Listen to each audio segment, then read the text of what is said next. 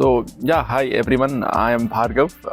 I'm currently doing my general management program in XLRI Delhi. Campus immersion. It's a great experience as well because quite now, all these online things, we were not familiar with each one. So getting to know everyone is quite exciting as well. Having the kind of industry that people are coming from varied experience.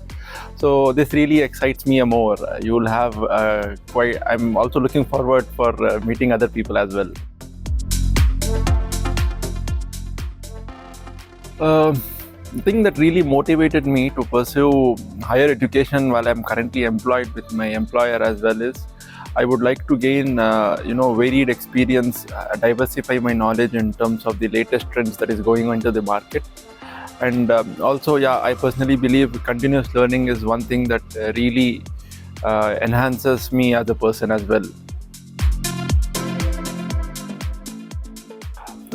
I highly recommend everyone to look into the program as it's quite intuitive and it's quite adaptable as well. You have got lectures on every Sunday, and apart from that, whenever you are free, you can go through the lectures that is provided by accredited team over a portal.